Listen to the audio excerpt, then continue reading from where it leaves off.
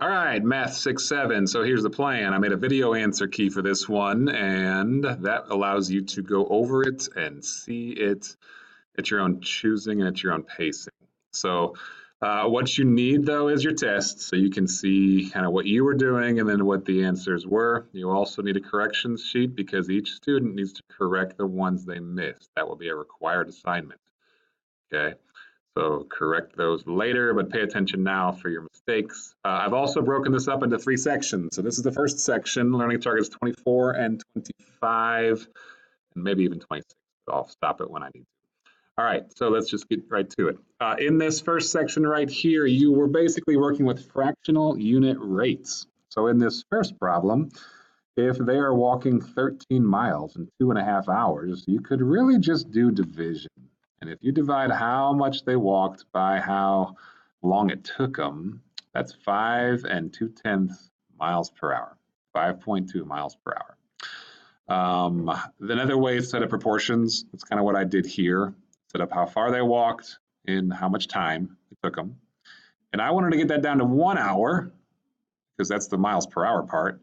So if I divide that by 2.5, I would do the same thing up there, which is another way of, again, doing division. So 5.2 miles per hour, number 1. Number 2, you can see here that really you should have done how much you're paying divided by how many you're getting. Cost divided by the amount of pens. So if you do that for the first option, you get 80 cents for each pen, 960 divided by 12. For the second option, you're paying $8.25, but you're getting 9 of them. So if you do cost divided by how many, it's 92 cents. I think it was actually a decimal number that rounds to 92 cents. But you can see now that this is 80 cents per pen and this is 92 cents per pen. So store 1 was the better deal. Number 3, Jessie can jump rope 30 times in 40 seconds. How many times can she jump rope in 12 minutes? Well, my first step was to think about how many seconds this would be because over here it says seconds. So if I turn this into seconds by multiplying it by 60, 720 seconds. Then you can do a few things from there. What I did was I kind of set up a proportion here. They're jumping 30 times in 40 seconds. And I want to know how many times in 720 seconds. So I kind of did some division to figure out that this times 18 is 720, which means this times 18 will give me my answer, which is where the 540 comes from. If they keep that same consistent rate, that would be 540 jumps in 720 seconds or 12 minutes. Number 4, 5, 6, and 7 all were about this table right here. Now the thing you had to keep in mind was that this table was out of 50 people. This is a sample of 50 people, and this is how many are taking each science class. So if that's a sample of 50, now they wanted to give you some scenarios that you had to work with to see are they equivalent to what we see in the table. So like this first one, the ratio of students taking health science compared to those taking physics is 1 to 2. That would mean that for everyone taking health science, 2 are taking physics. Well, if you look at the table, you kind of see the opposite. There's 12 people for health science right there, and there's 6 people for physics. So really the people taking health science is double those taking physics. So that means these should have been switched. It should be 2 to 1, but it's not, it's 1 to 2. So that's false. Okay. Number 5, 20% of students at the high school are taking chemistry. Well, out of the 50, 10 are taking chemistry.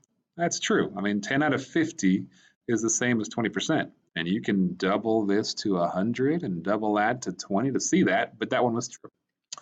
Number 6, in a group of 25 students, it would be expected that 4 of them would take earth science. Well, 25 is half of 50. So that would assume that the number taking earth science would be half of what it currently is.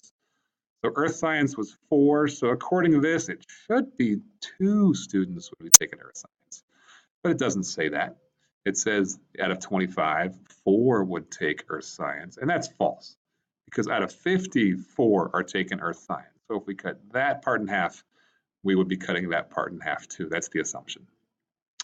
Number 7, in a group of 150 students, it's expected that 18 of the students are taking physics. So what I made here was a little ratio showing what's currently going on. 6 out of 50 are taking physics, okay? Well, if I triple that, because now they're saying 150, if I triple that, then I would triple the 6. And that is true. That would be 18 that would be taking physics. So that was true. False, true, false, true. There's your progression for that section.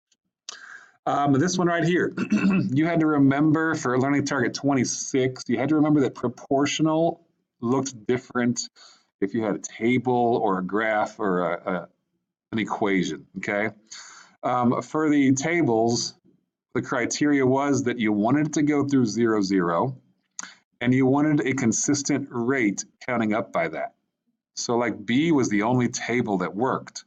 A doesn't work because there's no 0, 0. On a graph, it would not go through the origin. Same thing here. This would not go through the origin. So B was the only table that was proportional. For the equation, you kind of had to remember this formula right here, y equals k times x. And remember, k is your rate of change, or your unit rate. So if you saw that equation, y equals something times x, that is proportional. D was proportional, E was proportional, F was not because of this +2.